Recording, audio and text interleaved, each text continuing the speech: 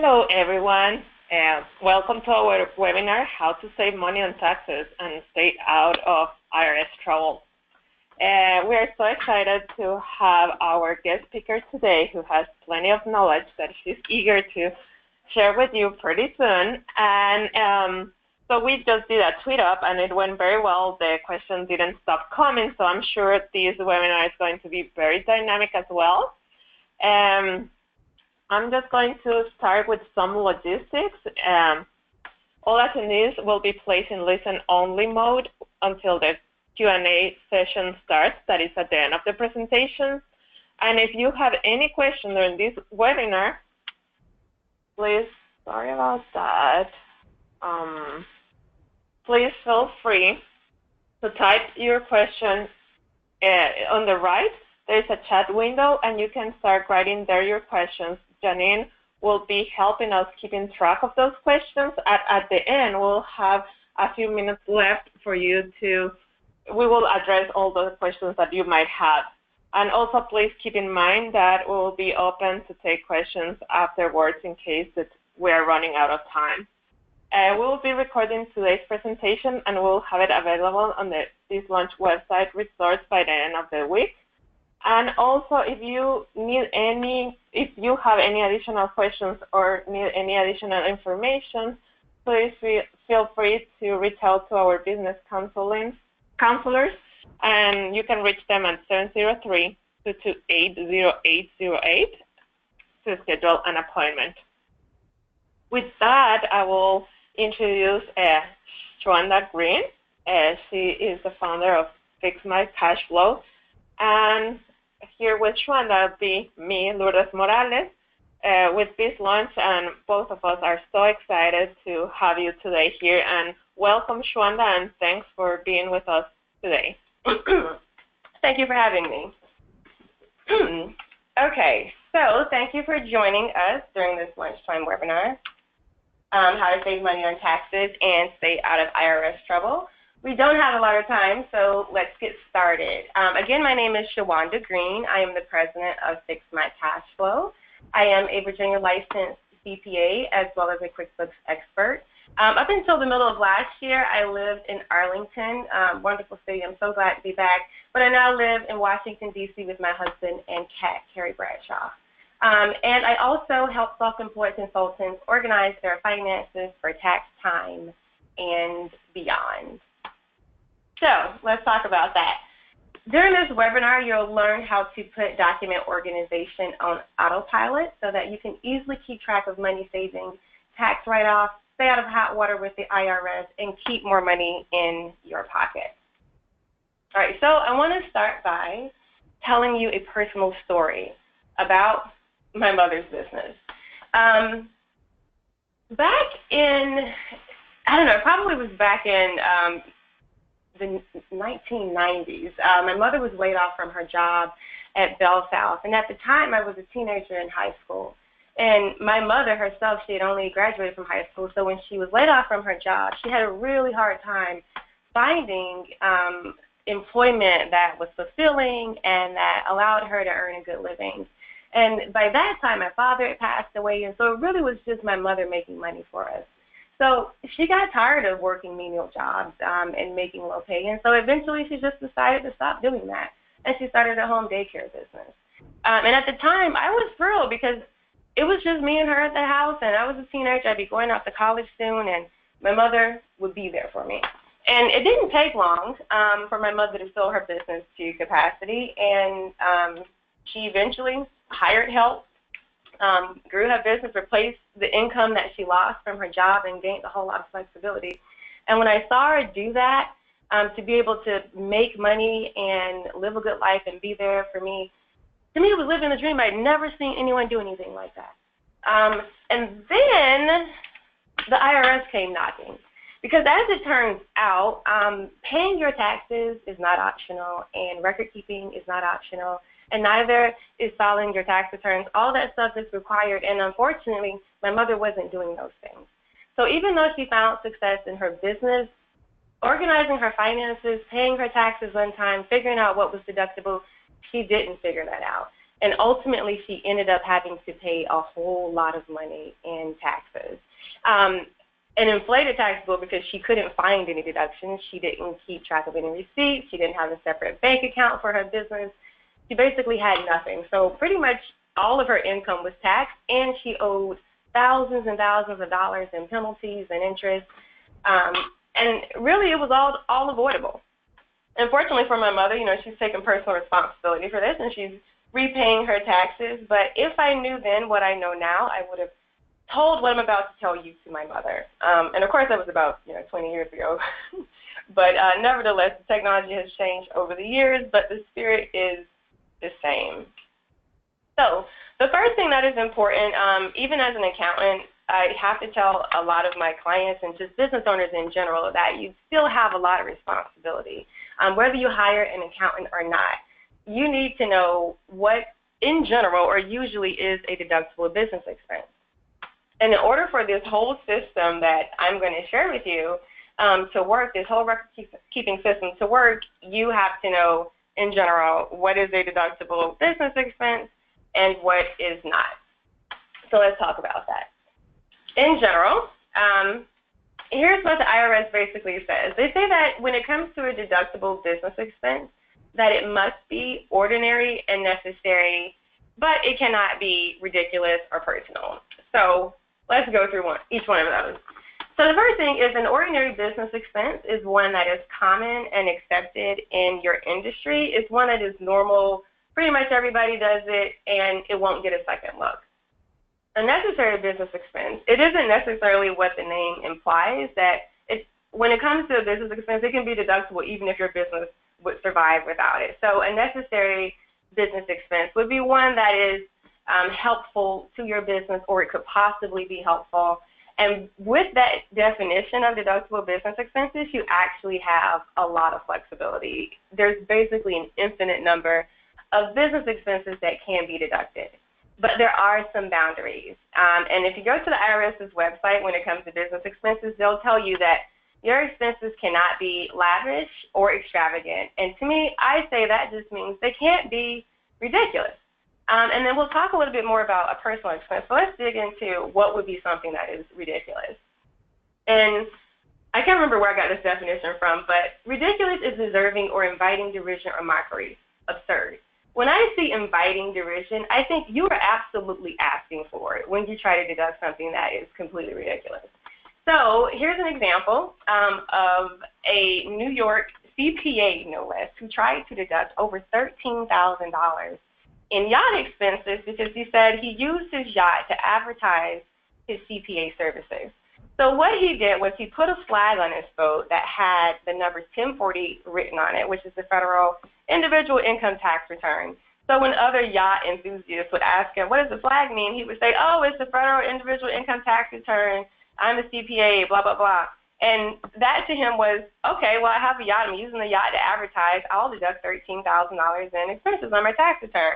Well, the IRS didn't go for it because primarily it's absurd. I mean, the biggest thing I will say about this is that maybe he would have had a more compelling case if he had actually gotten some business out of this particular yacht, but he did not. And I will pause to say when it comes to most tax matters, it really is important to talk to your own financial professional, tax CPA, and to do your own research, because there are some instances where those advertising yacht expenses would have been legitimately deductible, but with this CPA, he did not win his case.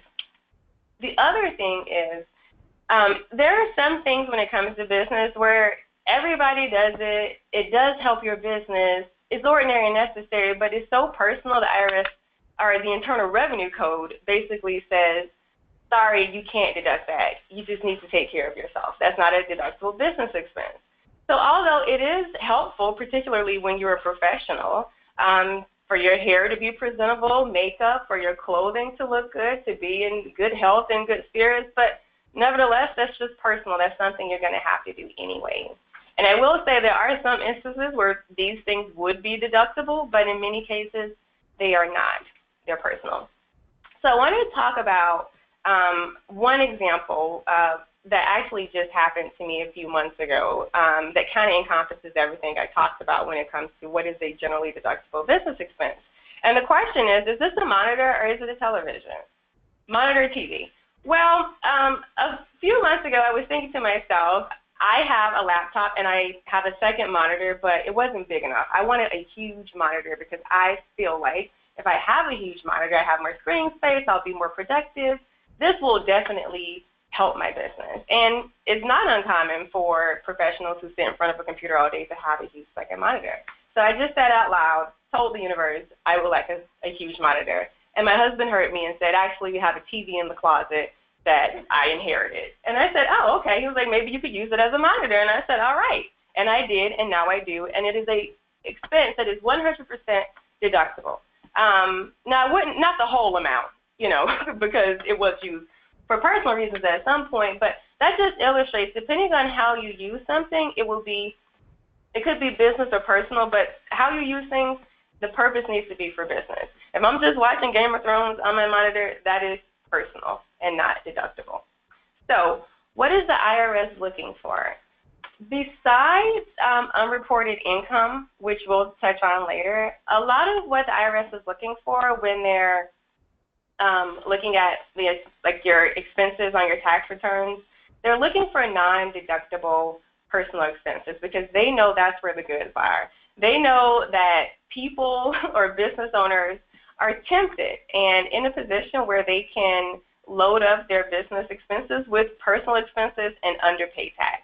So in short, we're going to focus on what the IRS focuses on, and that's dealing with personal expenses or business expenses that kind of cross boundaries with each other. So overall, but anyway, this says keep proof, write it down. But either way, when it comes to keeping track of your business documents, whether it's for the IRS, yourself, or anyone else, the important thing is to keep proof, preferably written proof. And I'm talking about things like your receipts, bills, bank statements, credit card statements, contracts. Keep written evidence because that's the sort of thing, if you are ever audited by the IRS puts the burden, or the law puts the burden of proof on you, meaning that you have to convince the IRS to let you keep the deductions that you've claimed. And I say if there's ever any ambiguity about, what is the business purpose or something, or if you think that it may not be completely obvious that something is a business expense, then write it down, take notes, and don't trust that you'll remember later because you probably won't. So when I said that we're going to focus on personal stuff, I'm talking about the things that we enjoy in our personal lives and that we can also enjoy in business. And again, what the IRS kind of really digs into, because this is where the money is, and finding people who have deducted personal expenses when they shouldn't have. So meals is a fun category, at least to some people, and there are basically two types of meals. There are entertainment meals, and then there are travel meals. So we'll talk about entertainment meals now, and then we'll talk about travel meals later. So the first thing, when I'm talking about entertainment meals, these are meals that you have and you're conducting some sort of meeting or having a business discussion, either at the time of the meal or around the time of the meal. And people get really excited about entertainment meals just because there's this possibility of having a great meal and a fabulous time with somebody who you enjoy spending time with. So even some of our business associates, we like to hang out with them. But the IRS knows this. And so I don't think the deduction is all that fun simply because you can only deduct half the cost of a business meal, which I think kind of stinks, where you usually have at least there's one other person, or there could be several other people. You're paying for all their meals, and then you can only deduct half of the cost of the business meal. So, if you can get the deduction and you actually can get some good business, or it helps your business by having this entertainment meal, then of course deduct it. But it's not as sweet of a deal as a lot of people think it is. And then the other thing is the IRS makes you work for it. They're a stickler for details. And so there's additional documentation you need to keep beyond your receipts and credit card statements to support the deduction. So here's an example of an entertainment meal, like how I would document it. And there are certain things that the IRS is looking for to establish that this really is a legitimate business expense and not you just hanging out with your friends who you do business with. So the IRS wants to know the name and location of the restaurant where you had the meal. I have Taqueria Habanero in Washington, D.C. Fabulous tacos, highly recommended. But the IRS wants to know the name and location. And then they also want to know, what is your business relationship with the other people at the meeting? And one thing that often does help establish a business relationship is the name, job title, and company of the person or people who you're having lunch with or a business meeting with. And Elon Musk, CEO of SpaceX, I don't know him, but I like him, so he's in this example. And then the last element is you need to document the business purpose, because ideally, if you are sitting down to have a meal, your business needs to be able to benefit from it somehow. So you don't have to give away all your proprietary secrets to the IRS, but just a general business purpose of why this is going to help your business is sufficient. So before you skip to the next point, but just a question, can you include a gym membership as a deduction if your business reassures that you need to stay in shape? Almost always no. I would think like there may be some industries where a gym membership may be a deductible business expense, probably people who specialize in that, but even then, I think it would be difficult to say that a gym membership is a legitimate business expense.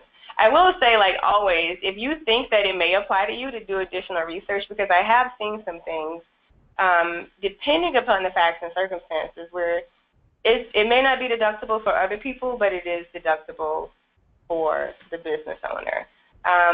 So that is my answer for that. The other answer I will say, and this would be a little bit more sophisticated, is depending on the type of entity you have, there are certain corporations who can set up these like health reimbursement arrangements. And if your doctor prescribes gym membership to treat a specific health condition, then under those circumstances. So you see how limited that is and why it's important to talk to your own tax professional. Because a gym membership, I do know somewhere where it is deductible, but for most people, it's no. The answer is no. Thank you. So next is travel, which I really love because, fortunately for me, I don't have to get on the plane to meet my clients, but when it comes to learning things and attending business conferences, I find them to be just loads of fun because I love to learn. And then fortunately, conference organizers know if they want people to come to their conference, they should have it somewhere cool.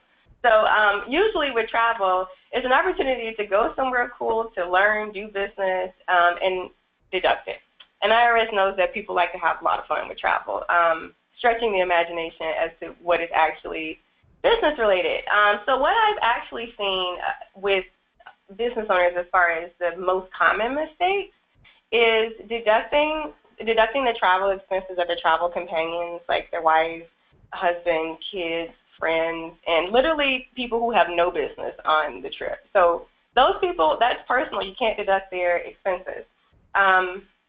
And the other thing is I would see people, try to claim travel expenses when they weren't traveling. So that's a problem too. So let's talk about what are some examples of travel expenses. This list is not exhaustive. These are just some examples. And I've highlighted in pink the lodging, meals, and dry cleaning, simply because when I mentioned you need to be traveling to deduct travel expenses, these are the types of expenses that you cannot deduct unless you're traveling. So lodging, you just need to find a place for yourself to stay. If when you're not traveling, you can't deduct that under normal circumstances. Travel meals, like entertainment meals, are only 50% deductible. And then dry cleaning, again, while you're traveling, you can deduct dry cleaning and laundering your clothes, but if you're not, you can't deduct those. And then the others, if they're directly related to business, whether you're traveling or not, you usually can deduct these sorts of expenses. So when are you traveling? And there are basically three things you need to remember when it comes to when am I traveling. the first thing you have to do is you have to leave home. I know that seems obvious, but you have to go. And when I say leave home, I'm talking about the general area where you do business. So I primarily do business in the Washington, D.C. area. Baltimore, to me, is outside of the Washington, D.C. area. So if I had to go to Baltimore for business, I would have left home at that point. The other thing is you have to be gone long enough, or need to be gone long enough, to need sleep or rest. And that's usually beyond a standard business day. So if I were to go to Baltimore at 9 a.m. and I'm back in D.C. at 6 p.m., well, I haven't really been gone long enough to need sleep or rest. So then I technically wouldn't be traveling, and things like my lodging and my meals would not be deductible travel expenses. And the last thing is you need to come back. And I think most people don't have a problem with this. But if you're on like a single assignment for a year or longer, or you don't know when you're going to come back, then IRS is basically like, listen, you've moved. And the spirit of the law is that if you're traveling, you have to, pay for your permanent home, and then you have to pay for your temporary home. So you get a break for having to maintain two homes, but you do have to come back soon. All right. So leave, sleep, and come back. That's pretty much it. The main thing that I do want to emphasize with personal expenses in order to stay out of IRS trouble and not over-deduct in the travel category is to remember to break out personal expenses. I mentioned family and friends who don't have any business on the trip. Make sure that even if you do pay for their expenses on your business card, that you're not deducting those. And the other thing that I do sometimes see happen is when I had mentioned when I'm traveling, I like to take care of myself. That's my excuse. So if you were to get a massage at the hotel, remember that massage, pretty good chance it is not deductible. It is a personal expense. So when it gets charged to the hotel room, you need to remember that you can't deduct those, so don't.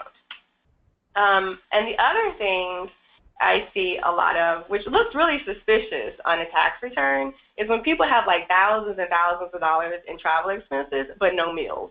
And the IRS will probably be wondering, well, how did you do all that traveling? You didn't deduct any meals. And what sometimes happens, or often happens, is people will charge their meals to the hotel restaurant, they'll charge it to room service, and then at the end of the year when they get ready to do their taxes, they're like, oh, I spent $3,000 at hotels. And they plop it on their tax return, and that's what they deduct without taking out the meals. But it is important to break those out because, remember, they're only 50% deductible. So I added this because, again, you have to remember to not be ridiculous. But even still, you don't have to travel like a pauper. I mean, you can still stay in a luxury hotel, and even a first-class flight isn't unreasonable. So you can have some fun, but not a ridiculous amount of fun. Before you jump to the next segment, so if somebody do miss their shopping, which involves eating a lot with clients, does that person get reimbursed for the meals plus additional funds? Or not? That person is not sure how it can account for that. Get reimbursed? Yeah. For the meals plus additional funds. Well, when I think of a reimbursement, I think it would be like somebody would be paying them back for the meal. So I'm not really sure of the question that's being asked. Do mystery shopping, which involves eating often for clients.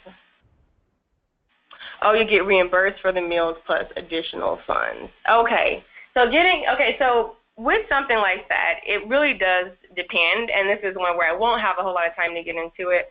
But if I won't say your employer, but if your client is just like, okay, well, here's $100, and you don't have to provide any receipts or anything like that, they're just paying you $100, then you would recognize, in most instances, the $100 as income, and then deduct the meals that you're paying for with those, with that $100. So if you get $100 from your client for meals and you only spend $50 on meals, then because you can only deduct half the cost of meals, you can deduct $25. And the rest of it would just be income. That's how it would work in that sort of scenario, assuming that I'm just, that I'm interpreting it an idea correctly. Thank you. Yeah. So the home office is absolutely one of my favorite deductions, and it's primarily because I live in Washington, D.C., and it's really expensive to live here. So the great thing about the home office deduction is that you get to take something that is normally personal and deduct it on your business. And if you've been in business for a while and you've ever had to write a check to the U.S. Treasury, you will find that when you're self-employed, that tax bill is bigger and it feels bigger because you have to actually initiate the payment. But either way, the home office deduction, let's talk about how to take it. During our tweet up earlier this month, someone asked, can I deduct my home office expenses, or what can I deduct? And they were like, can I deduct everything? And no, you cannot deduct everything. The first thing that you need to establish is whether or not you can deduct anything at all. And so there's definitely one way that I recommend. There are other ways, but the best way is to make your home your principal place of business, thinking of it like it is your company headquarters. So I recommend making your home your principal place of business simply because it will help you max out your car expense deduction if you take it, and we'll talk about the car expense deduction in the next slide or in the next section. But the principal place of business is what you want your home office to be. So how do you do that? The first thing you have to do is use your home office regularly for a profit-seeking business. So I'm guessing everybody who's on this call has a business that they're trying to make money off of. But if it's just a hobby, then it's not a deductible expense because it's really not related to a business. So you need to use your home office regularly for a profit-seeking business. And the IRS doesn't define what is meant by regularly. I really do think it depends on your business, but suffice it to say, if you just have a vacant room that you just kind of wander in every few months or so, that's probably not regular, and it won't qualify as being used for business on a regular basis.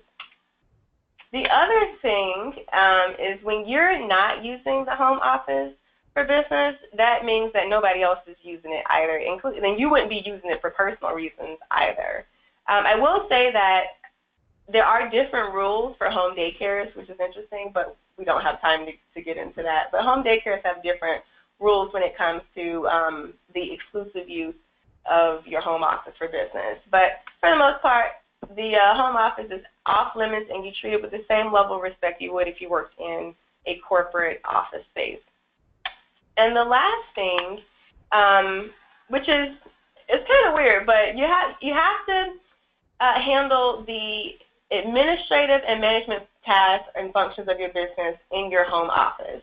So what that means is the administrative and management tasks are these sorts of things here. They're basically the things that don't involve you delivering your actual product or service. So invoicing clients and other bookkeeping tasks, buying supplies for your business, blogging, writing reports, all these different things that don't necessarily relate directly to delivering your product or service would be the administrative and management tasks of your business. Now, the reason that is important is because let's say that you have an office space at like WeWork, like a co-working space, and you have that space so that when you have a client meeting, you don't have to meet your clients at home. So you only meet your clients at WeWork, you don't meet them at home, and then when you come back to your home office, you handle the administrative and managerial tasks of your business. So with that, your home is still your principal place of business, as long as, remember, you're not doing administrative and management tasks at the other location. So if that's confusing, we'll talk about it a little bit more in the next section. But this is ideally what you want, to make your home your principal place of business. Now, once you've established that your home is your principal place of business, there are a lot of expenses that you can deduct, and I've included some common ones on this slide. You can only deduct the business portion. So what that means is that if your home office only takes up 20% of your home, then you can deduct 20% of your general home expenses as home office expenses on your tax return. The other thing I wanted to mention is try as hard as you can to make your home your principal place of business, because later on we'll talk about the car expense deduction, but I wanted to go back to one slide I forgot to mention.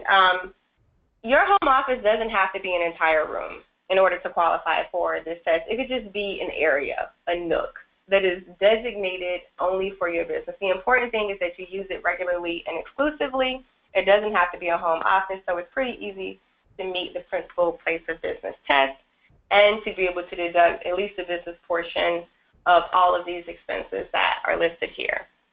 And what I like to tell people to make it easy on themselves in order to calculate how much they've spent is to just try to put their home expenses on one checking account or one credit card, so that at the end of the year you could just go to one bank account or a couple of accounts and identify how much you've spent on your home expenses really easily. And if you don't feel like doing all that, just a few years ago, business owners were given the option to use what is called the simplified method to deduct their home expenses. So you can say, I don't care about keeping track of all the money I've spent on utilities and rent and all this other stuff. You can just say, I'm going to deduct $5 per square foot of office space. So the maximum you can deduct is $1,500. And the simplified method is easy. There are pros and cons to using either method, but for people who don't want to keep track of like all of this information here, this is a good option. And to be perfectly honest, sometimes the simplified method gives you a bigger deduction. So let's talk about car expenses. And we're specifically referring to the business use of your personal vehicle. I'm not talking about taxis and Uber and rental cars. These are the business use of your vehicle. The IRS, I would say the car expenses deduction is the one that I think you have to work the hardest for. But if you use your car a lot for business, where you're constantly traveling for clients, it's valuable to have. And when I talked about, using your home as your principal place of business or having your home office as your principal place of business, the importance of that is that you can maximize the mileage on your business trips. So when it comes to taking a car expense deduction, you need to keep track of your business trip. And a business trip is one that is from one business location to another business location. So if your home is your principal place of business, then your home is technically a business location. So when you travel from your home office to Staples to pick up office supplies or to the bank to make a customer deposit, like 100% of those miles would be deductible. And if your home is not your principal place of business, that may not be the case, and you'll miss out possibly on a lot of deductions. So that's why I emphasize making your home your principal place of business to max out on car deductions. So again, what is a business trip? A business trip is from one business location to another, and here are some examples, still not an exhaustive list. So the IRS, like I said before, makes you work for this, and they actually ask on the tax return when you try to deduct car expenses whether or not you have written evidence to support the deduction. And if you are ever audited or your return is examined by the IRS, there's a good chance if you've taken that car expense deduction, they're going to ask you for a mileage log. And for every business trip, the IRS wants you to keep track of a decent chunk of information. Listed here, the date of the trip, total miles driven, the destination, and your business purpose. And so that means that you need to document those. And if you're anything like me, keeping a mileage log is super tedious, and I would miss out on a ton of miles simply because I'm somebody who's in my head all the time. I am not thinking about writing down the number of miles in my car when I get in it and when I get out of it. So what would end up happening is I would just lose all of these deductions. And so for me and people who struggle, I say get help and use a GPS mileage tracker. So I had tried some smartphone apps, didn't like them as much, so I decided to use this device called GPS Logbook. And actually, I don't even know if they still sell it, but the fact is the same. I would recommend getting a GPS tracking device and not just using your smartphone.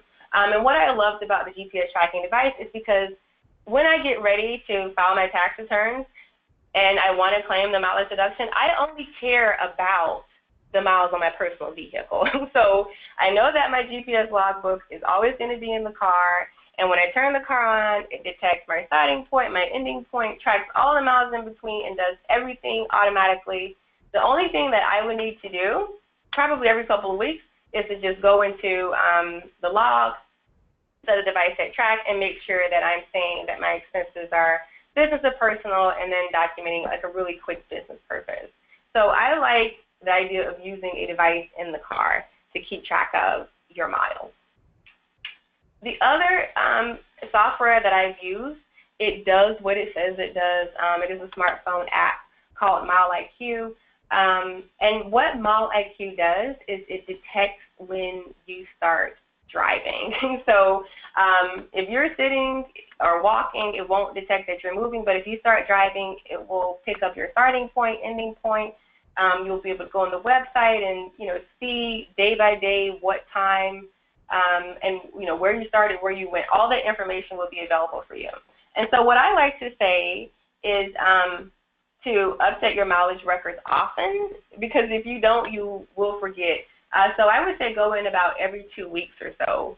And maybe, depending on your memory, if you have a better memory, maybe every month. But just to cut down on the amount of time it takes to mark things as business or personal, I like the idea of working from memory and just categorizing things really quickly. And one thing I did want to go back to, because I mentioned MileIQ, is the reason that I don't recommend smartphone apps as much as I would recommend a tracking device is because MileIQ and other smartphone apps like it pick up everything. So if you use the Metro, or if you're using Uber, or you're in somebody else's car, it's picking up every time you're moving, and the IRS doesn't care about that. They only care about your personal vehicle. So that's my beef with smartphone apps, but if you don't travel using multiple different forms of transportation, then I think it's fantastic. So once you have a mileage log and you know how many business miles you've driven during the year, that's most of the work. Then you have to figure out, well, which method do I want to use to claim my car expense deduction? And there are two ways, similar to the home office deduction. There's the easy way, and then there's the harder way. The easier way is the standard mileage method. And so what that does is it basically, the IRS just puts out this standard mileage rate once a year usually. For 2017, it's 53.5 cents. And at the end of the year, let's say at the end of 2017, you drove 10,000 miles for business, your car deduction would be $5,350. And that would basically be it. Your work is done. Whereas with actual expenses, now you have additional record keeping to do, similar to the home office expense. And these are just an example of some car expenses that you can deduct, remembering that you can only deduct the business portion of these expenses, not all of them. So it is important, I would say, do it today, to put in your calendar just on December 31st or January 1st to write down the number of miles on your car. Because in order for you to calculate what is the business portion, you have to know, well, what is business and what is the total? And the way to calculate the total is to know what it is at the beginning of the year and what your miles are at the end of the year. So just set up a reminder in your calendar to write down the number of miles that are on your car at the end of the year. So either way, if you use the actual expense method, you would just take the business percentage of your car and deduct these expenses. And the reason I highlighted parking fees and tolls is because those are 100% deductible if they are for business, and you can also deduct parking fees and tolls as well, even if you use the standard mileage rate. So part two, in the beginning, I said we would talk about putting document organization on autopilot, and I think that is important simply because you don't want to waste time looking for documents, especially since you already know that you're going to have to file your tax return and do all these different things. You might as well set up a system that is easy to maintain and that actually works. So the first thing I tell everybody is do not mix your business expenses with your personal. Don't do it with your income either. So what I recommend is especially for people who are starting out, is to get one business checking account and one business credit card. And the reason I recommend that is because if you're not somebody who's doing bookkeeping throughout the year, and a lot of people don't, and like, let's be serious. At the end of the year, people basically rely on their bank statements and receipts to cobble together a tax return. And so I'm saying during the year, now that you know in general what is deductible and what is not, to get a separate checking account, get a separate credit card, and make sure that the only transactions that are flowing through those accounts are business. Meaning all of your business checks, even if you get paid in cash, go into your checking account.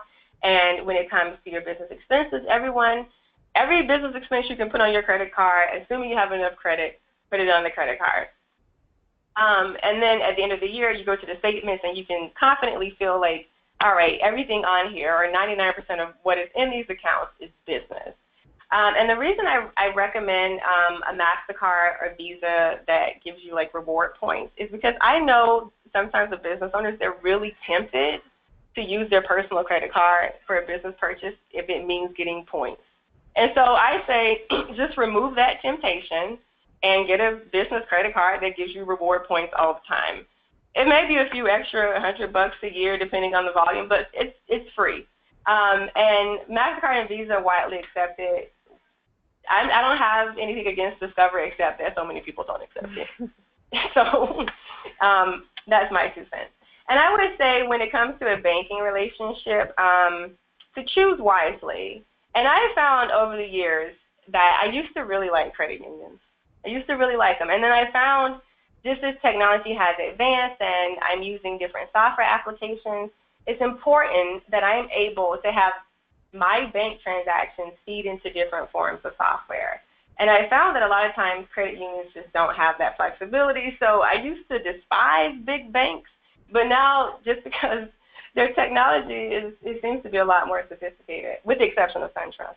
I said that. But either way, I usually go with banks that can offer me more than just free checking. I really look at, can they make my life easier?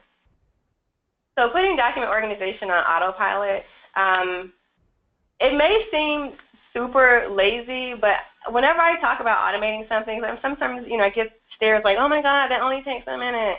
If I took 24 hours a day over the next week, crossing off all the tasks on my list that took a minute to do, at the end of the week, I would still have a million more tasks to do that took a minute. And so the idea is to do things so that you don't even have to think about them. And the system that I use and that I recommend to my clients for a document organization is one called HubDoc.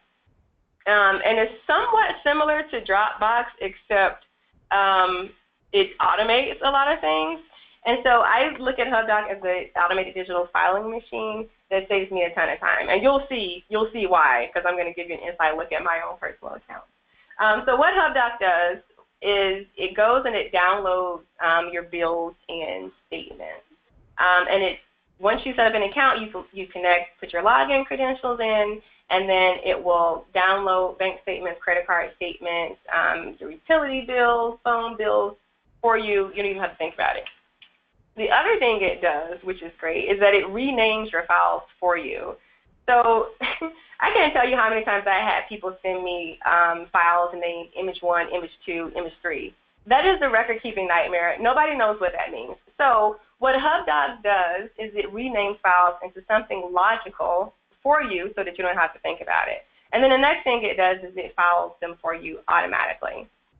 So as you might have guessed, HubDoc is actually a Canadian company. They don't have a relationship with everybody in the world, so you can't automate everything, but they do have relationships with a lot of different companies that business owners do business with, and so these are just some of the examples. But here's what my account looks like, and this is why I get excited about HubDoc, because as you can see, just PNC Bank alone, these are my accounts. And I don't feel like logging in every single month, downloading all of this stuff. Like, that's just PNC, there's M&T, Chase. So I'm not just starting out. I have a lot more bank accounts. But every month, HubDoc goes in and downloads these statements. So there's even DreamHost. That's not a bank. Comcast, these are actually business-type bills. And so it puts them in this one place. So when I get ready to look at a document or a credit card statement, I go to one place and I find it. I mentioned before that obviously HubDoc doesn't connect with every single entity in the world. So if you get like a lot of receipts via email, I know that I do, particularly for recurring subscriptions, you can forward the email to HubDoc. This is one example of, some bills or a bill that I had forwarded to HubDoc. And all of these over here are folders that HubDoc created. I just emailed the receipt or bill to HubDoc, and they created these folders for me. So if I do have a question, I would come here and click on like the Schedule Once folder. But I got even lazier than that. I was like, I don't even want to forward anything. So I created a filter. I didn't do this for Schedule Once, but I added this for this presentation of what I do now. So if I know I'm going to get a recurring receipt from a particular vendor every month, I know I'm going to get billed for it. You don't have to send me a receipt. I don't really care. Just put it in my document organization system. So for Schedule Once, when the receipt comes in, it comes in from support at Schedule Once, and the subject says Schedule Once payment confirmation. So in Gmail, and I'm sure Gmail isn't the only one who does this, you can create a filter for messages that have certain criteria. So I set up a filter. And here are the filter criteria. Again, the email address and the subject. Because I don't want to filter out, I don't want to filter messages that don't have the Schedule Once payment confirmation in them. I only care about the receipt. So you can create a filter for the message, and then what I do is I say forward it to my HubDoc email address, and create the filter, and then you can even apply it to emails that are already in your inbox, and then all of these emails go over to HubDoc. So to clear out the ones that I have, and then when I get a new email, that automatically just does the document organization for me. And of course, you can upload documents as well, but if you're getting them in your email, you can set up filters to automate everything. And I do want to mention, I guess it is important, I should have mentioned, none of the software or any of the tools I recommended are free. They all cost money. And HubDoc, I think the last time I checked was like $20 a month. But for me, like not having to, download a million different things every single month is completely worth it. And I will say that I'm not paying for it, and it's just a full disclosure. It was a free account, but I am not paid by them to say this. So that pretty much wraps it up. I will say if you don't want to pay for another software, one thing that I think is really low maintenance but totally acceptable is to just set up a separate email account specifically for your receipts and have them filtered into one place. So again, you're not looking in 1,000 different places for your deductible business expenses. So in summary, keep business and personal separate. Rewatch this webinar because, again, in order for the financial system to work, you do have to be at least halfway knowledgeable about what you can deduct because you want to make sure that you're only using your business account for business expenses and income. I created some bonus materials. You do not have to sign up for a newsletter or anything like that. I won't even know who you are if you download it, but I did create a separate page with some additional bonus materials. A lot of it is from the IRS's website. I actually think they do a phenomenal job of explaining what is required. They use plain English. I would recommend they be your first stop if you have a question about your taxes. Automate document organization to save time and take notes for your future self and the IRS because you will forget. And that's it. Yeah, no, thank you, Shonda. It's a great presentation, and of course we have several questions as well. So I just want to let everyone that we will go. We have like 10 minutes left to go to questions, and just to make sure that, if you will be available if they want to do a follow-up, if we don't get the chance to go through all the questions. Okay. We will be sharing your contact information if that's okay, and so they can follow up with you directly. So, okay. But, and again, thank you. It was a great presentation. And so the first question is, I started a business about a month ago. It's not registered yet. If I travel for a weekend on business today, but don't get to register my business until August, will I still be able to deduct business expenses that I accrued prior to raising my business? You can. It is, so let me say what immediately comes to mind when I get a question like this is to what the IRS would be looking for.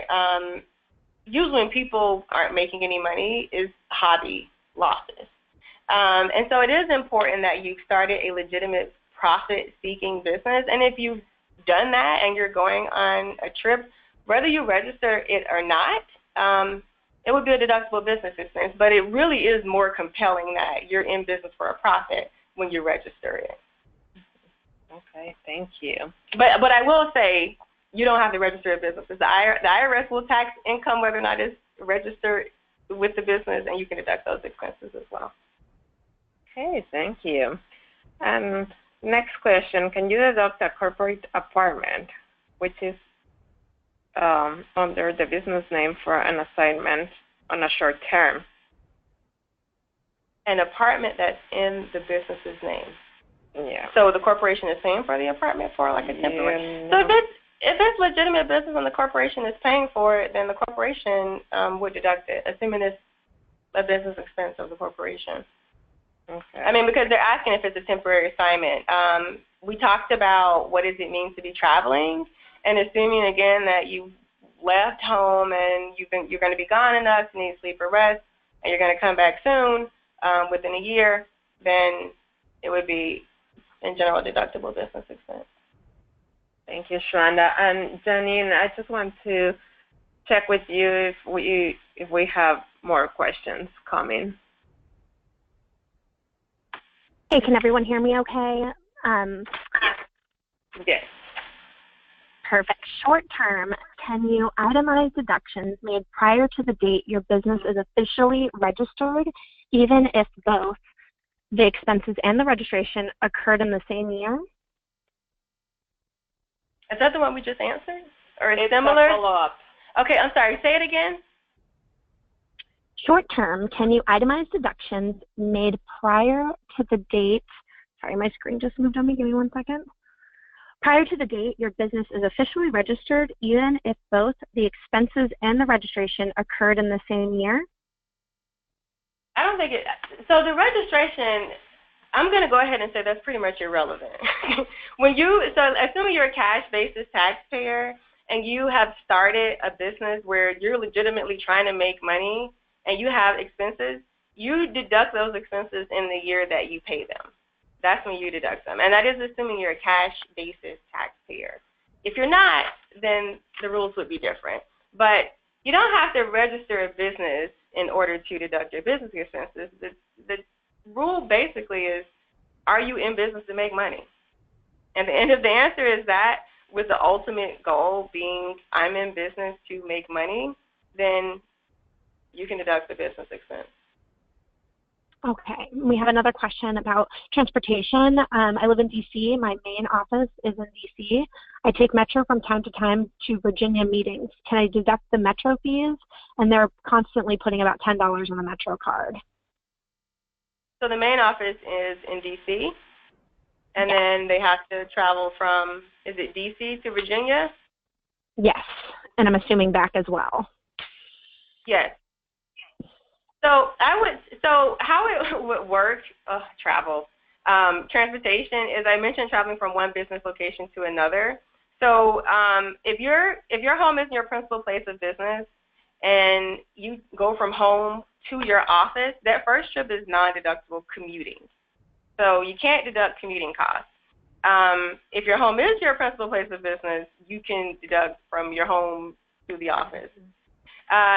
But the rule is if you are going to a temporary location and not so let's say your home isn't your principal place of business and you go from your home directly to a client site, then you can deduct that, going from home to the client site.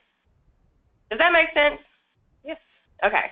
So the other thing I would recommend for those sorts of questions that are a little bit more complex is the IRS actually has a publication that tells you about the different kind of scenarios when you can deduct transportation and when you cannot.